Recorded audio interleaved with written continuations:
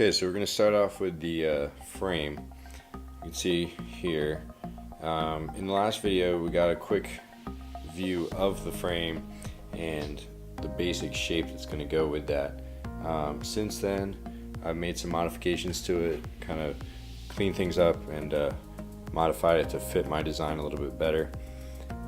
For example, you can see that since then I've welded on my brackets to mount the front A-arms, as well as straightened out this back box here that holds the rear drive assembly. Also see on the frame here my different A-arms.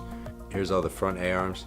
You have your front upper, lower, another upper, and another lower. You see I had to lengthen them by, I believe, 4.5 or 5 inches to make them fit the design, and I cleaned them up in general.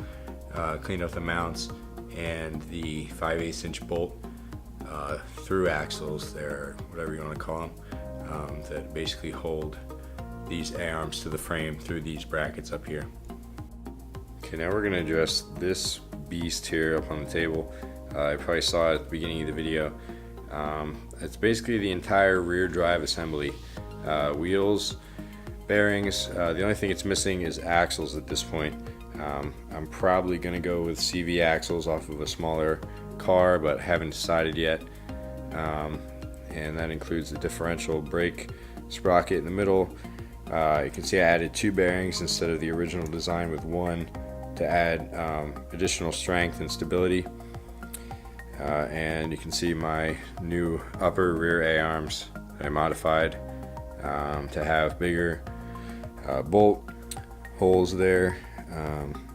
Bottom ones stay the same except they were lengthened, and the top ones I cut here to add this new box section here. You can see that all the hardware I've used on here is grade 8, so extremely high strength, so you can see that's definitely not going anywhere. So at this point, with the whole frame built, well, take that back, but with the whole base frame built, the rear drive assembly in place, and all the mounts needed to put the A-arms on, this is essentially almost a rolling chassis. At this point I can put all the wheels and tires on, but obviously because the upper section of the frame is not built yet, there's no mounts for suspension. And that leads me to my next topic, and that's deciding what to do with suspension. Okay, so these shocks are 15 inches long, and that's going to be perfectly fine for the front of the Go-Kart, probably with a raised mount or something of that kind. These will work, and they can be tightened up to become stiffer to support the extra weight, but I don't think these are going to work in the back, and that's mainly because of the geometry. The rear A-arms, I can put the mounts for these pretty much anywhere, but I can't really put them anywhere on the frame. The distance between the mount on the A-arm and the mount on the frame is pretty much going to be determined by these, and that's problematic because there's going to be a lot of weight, and to compensate for that, the mount for these on the A-arms is going to need to be pretty far out on the A-arms, if that makes sense. Less leverage on them means stiffer suspension. Now, with this length of shock, they would need to be leaned over pretty significantly to actually reach the frame from there, which would lead to the suspension essentially not working, and I would have very minimal travel, which is 2 things that I don't want. And I haven't really found any inexpensive long shocks, even with a longer body. That's really all I need. It's just a longer bodied shock, but I can't find anything. So my solution to this is going with some type of a push rod suspension. If you know what I'm talking about, that is essentially just a solid rod that would take the place of your shock, which goes to a pivot point. So off of that pivot point, you obviously have a connection for that rod, and then it pivots over to the suspension. So essentially the shocks will be mounted inside the frame. That'll basically allow for this shorter shock to be used on this setup. I think that'll work, so I'm going to have to make a plan and come up with a design for that to operate as it should. Alright guys, we're back. Now we have a totally different task. We're going to try to build the pedal box assembly. So with the engines that I'm going to be using, we're going to need a clutch pedal. So I have to fabricate a clutch, brake, and accelerator pedal, as well as the little hoop that's going to contain them, and some type of a mount for my master cylinder, which is there. I've been thinking about this for a while, and I think it's going to be kind of difficult to judge based on the fact that I don't have the rest of the frame built around it. But I want to build this to be removable for easy service and overall just look good. I got a strip of aluminum here, which I can use to actually make the pedals themselves, so they'll be nice and lightweight and they'll look good. But then I have a whole load of different metal stocks here. I got some angle iron, some flat stocks, some 2-inch flat, and basically I rigged up the vacuum pinion there so we know where we want to go. I basically determined that these white lines here in between those two pieces there are where I want the pedals to actually start, where I want the plate of the pedal to be for my foot to touch. So we're going to rig up some type of hoop. I'm thinking just a little square up in there to hold the pedals. So I've decided I want them to hang, both because it's easier to build in this arrangement and it'll better travel with your foot. So yeah, we're going to get into that.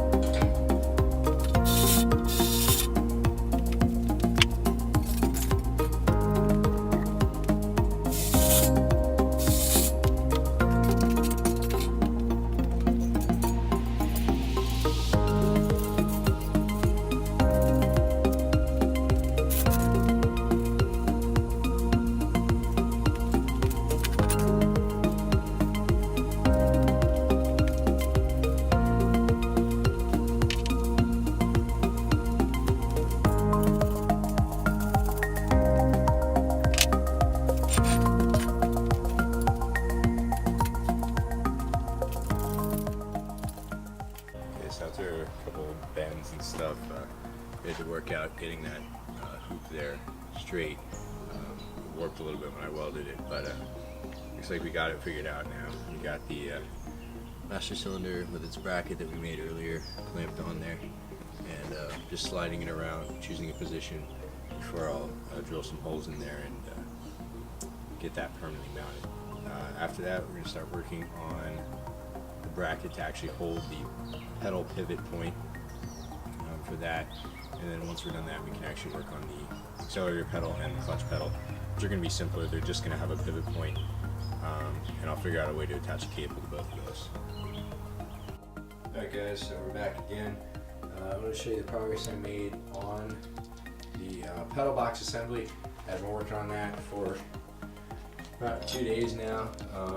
Finally have it set up just about where I want it to be. I have gas, brake, and clutch here. I don't have the pedal faces on there right now, but they should look something like this. So I'm going to make two other similar to this for the clutch and the accelerator. It's basically just 2-inch by 1/8 inch maybe aluminum plate that I bought at Tractor Supply, and then I finished it up and brushed it to give it that brushed aluminum finish. Because here I'm going to show you what I did. I made the brake pedal first, and it's all bolted on here. So I have a piece of angle iron with the two brackets welded on there, the pivot point for the brake pedal, some angle iron for the pedal face to mount on there. Now bolted on the underside of this hoop that I made for all these pedals is another piece of angle iron, which bolted to that is the master cylinder for the brake. I haven't hooked up the actual linkage for the brakes yet, but I'm going to be working on that in the next day or so.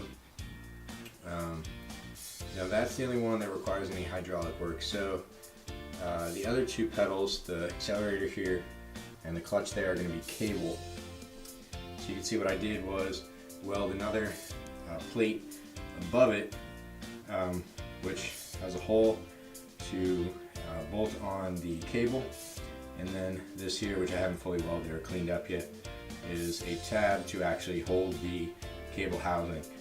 So obviously when you press the accelerator, pull the cable out and make it go, and same with the clutch, so pulling the clutch when you press it. I can drill a couple more holes up and down this plate to allow adjustability and sensitivity and travel of the pedal. So that all kind of fits in here along with the steering linkages, which I'm going to be setting up once I build the rest of the frame. This whole box can be bolted in and out, so that allows for easy cleaning, as well as assembling, disassembling, paint, everything like that. So now I'm going to finish up the pedal faces and get those bolted on.